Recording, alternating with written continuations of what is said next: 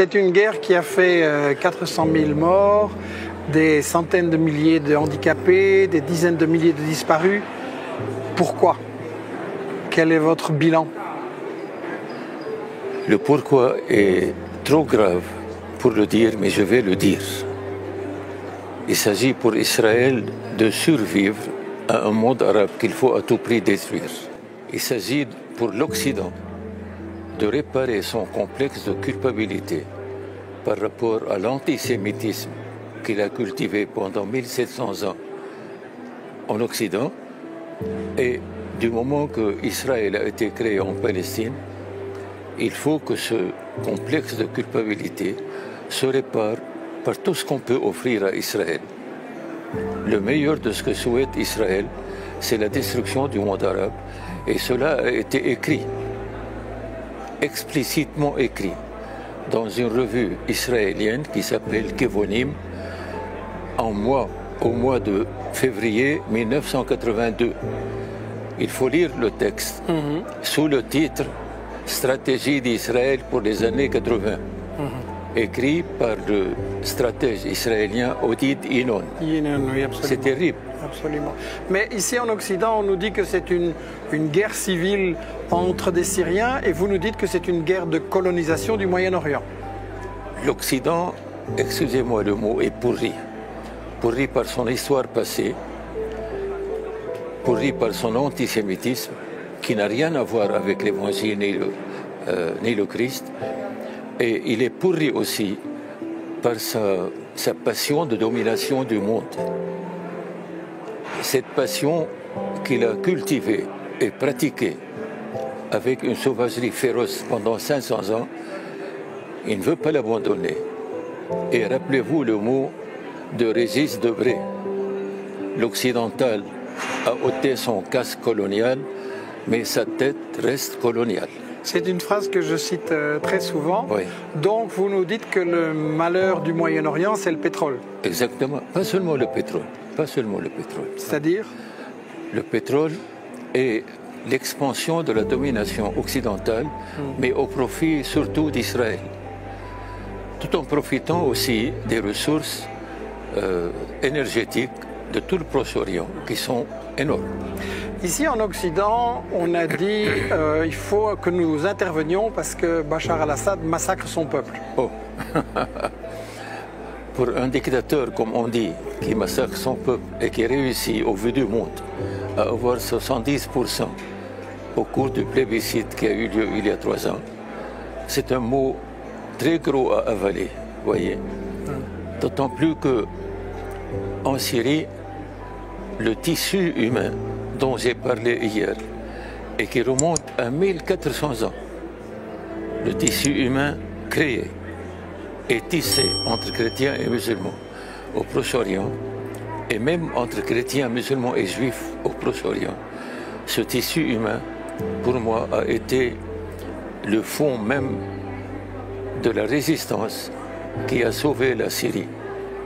Il faut bien que l'Occident justifie ce qu'il a appelé, grâce à M. Bernard Kouchner, son droit d'ingérence humanitaire. Oui. L'Occident n'a jamais été humanitaire, jamais. Il est juste aux antipodes de tout ce qui est humain. Et maintenant, plus que jamais. Vous avez parlé des rapports entre les chrétiens et l'islam. Oui. Ici, en Europe, on nous dit que les musulmans sont dangereux, que les chrétiens doivent avoir peur. Et hier, ce que vous avez dit, c'est un peu le contraire. Mais précisément, hier, j'ai cité 3 historiens juifs et israéliens pour dire aux Occidentaux, voici ceux qui sont censés être nos ennemis, ce qu'ils disent de ce qu'a été l'islam pour eux pendant des centaines d'années. Et pour les chrétiens, vous voyez, si l'islam avait été aussi sanglant et sanguinaire que ce qu'on prétend qu'il est maintenant, aucun chrétien ni aucun juif n'aurait survécu à la conquête musulmane. Les musulmans ont eu le génie, dès leur première conquête, d'ouvrir la collaboration avec les pays conquis, et ils ont réussi ce que jamais aucun conquérant n'a pu réussir. Et ils maintiennent jusqu'à maintenant cette convivialité avec les gens. Moi, je suis un prêtre de Damas. Je suis né à Damas en 1932. J'ai vécu en milieu chrétien et musulman. J'ai grandi dans ce milieu et je vous assure que ma vie de prêtre récolte une joie immense à la fréquentation des musulmans, à leur amitié, à leur soutien. Je vous assure, ce ne sont pas des mots. J'ai écrit tout cela dans un livre en arabe. J'espère pouvoir le traduire en français et aussi en anglais pour faire comprendre aux gens ce qu'est au fond l'islam. L'islam est une religion que les musulmans pratiquent avec beaucoup de respect, mais quand ils voient en face d'eux un homme qui les respecte, je dirais ils le dépassent en respect et en amour et en service. Ici en Europe, on a aussi des sociétés où on a beaucoup de chrétiens et de musulmans. Et globalement, ça se passe bien, mais on voit aussi une forte montée de l'islamophobie et un sentiment, il faut avoir peur des musulmans, c'est des terroristes. Et vous êtes en train de nous dire qu'au fond, l'Europe devrait plutôt prendre des leçons sur des pays comme la Syrie. Monsieur Collomb, hier, j'ai dit dans mon topo que l'islam de l'Occident n'a rien à voir avec l'islam. Les Occidentaux, vous avez eu malheureusement le génie de créer une société musulmane à l'intérieur de vos sociétés occidentales, une société refermée sur elle-même. Vous ne lui avez pas donné la possibilité de s'intégrer, de vivre avec vous comme partie prenante de vous. Vous les avez laissés faire les travaux que vos concitoyens répugnaient à faire, et avec le temps, ces sociétés musulmanes refermées sur elles-mêmes, alourdies par un complexe d'infériorité, restent comme une bombe à retardement. Et ce que l'Occident a créé aujourd'hui de toutes pièces, comme je l'ai dit hier, de ce qu'ils appellent le terrorisme musulman, c'est une fabrication strictement occidentale que l'islam n'a pas connue. Et c'est une fabrication qui risque de rejaillir et qui déjà a rejailli sur la société occidentale. Donc vous dites que ça n'est pas le djihad, ça? Non, non, non. C'est un djihad fabriqué par l'Occident pour soi-disant mater le Proche-Orient, le réduire à un état de tribus qui s'entretuent sans plus, sans qu'il y ait aucun État qui tienne debout, voyez. Mais cela, l'islam ne l'a jamais connu.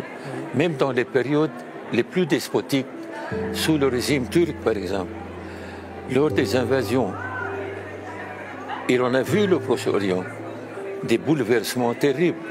Mais le tissu humain des relations entre chrétiens, musulmans et juifs est resté le même. Croyez-moi, je n'exagère pas. Revenez aux historiens. Et revenez surtout aux historiens juifs qui sont censés aujourd'hui dire la vérité plus que jamais. Ça, c'était effectivement un conseil important parce que je pense que aussi bien dans les médias qu'à l'école en général, on ne prête pas attention à l'histoire et on n'écoute pas l'histoire vue par les autres. C'est toujours un point de vue très occidental.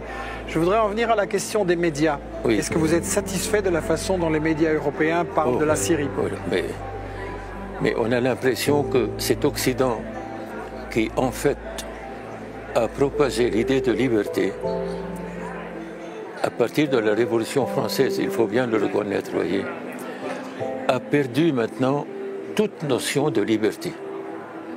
C'est une véritable dictature de slogans qu'il faut à tout prix accepter, ne pas discuter, sinon vous êtes écarté. Vous en connaissez quelque chose vous-même. On a l'expérience, oui. D'autres écrivains que je connais en France, comme j'ai cité hier l'un d'eux sans nommer son nom, il m'a écrit pour me dire « Père, je voudrais venir en Syrie et vivre en Syrie. » Ici, j'étouffe, parce qu'il a osé marcher à contre-courant. J'ai découvert hier soir un livre que vous avez publié tout récemment, Lettres ouvertes et écrites. Ce sont des lettres que vous écrivez depuis 40 ans à des responsables politiques, religieux, intellectuels. Je n'ai pu que commencer à l'ouvrir, mais ça avait l'air passionnant. Et j'ai vu que sur la fin, vous avez écrit plusieurs fois au pape François. Pour lui dire quoi?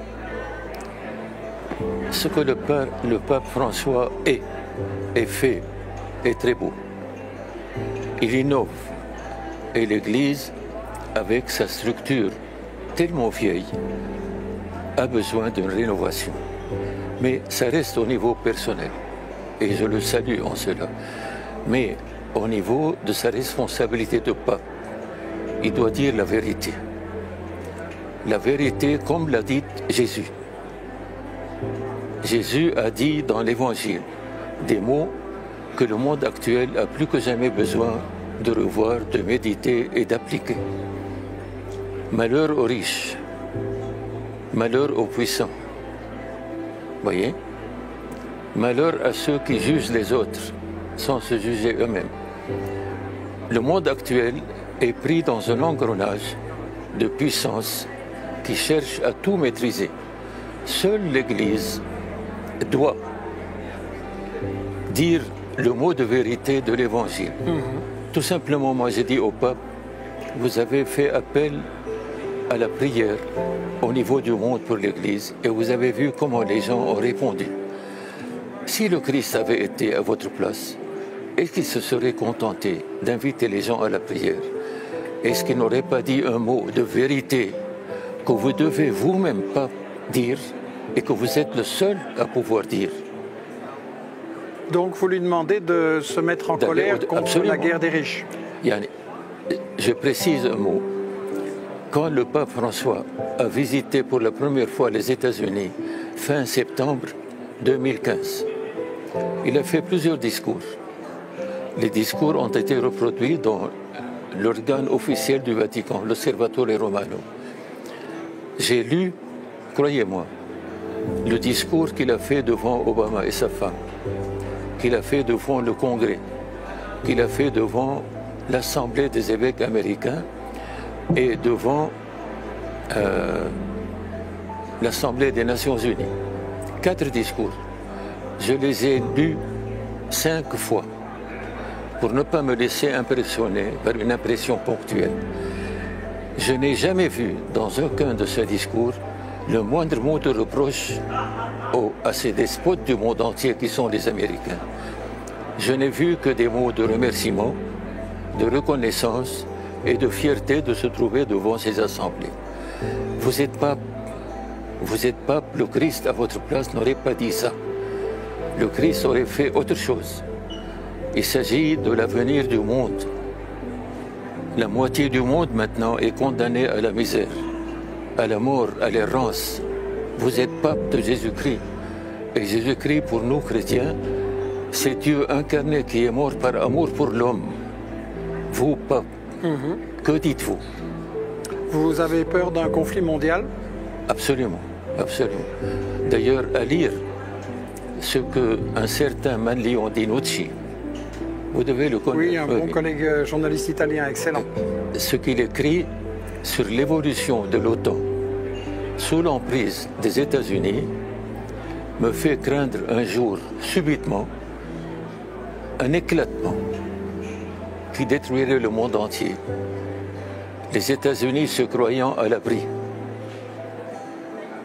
Les États-Unis font en sorte que l'Europe soit, alors que, je regrette de dire ce mot, pour que l'Europe exécute ce que les États-Unis fassent, ce que les États-Unis font pour détruire la Russie, qui sont censés être les émules,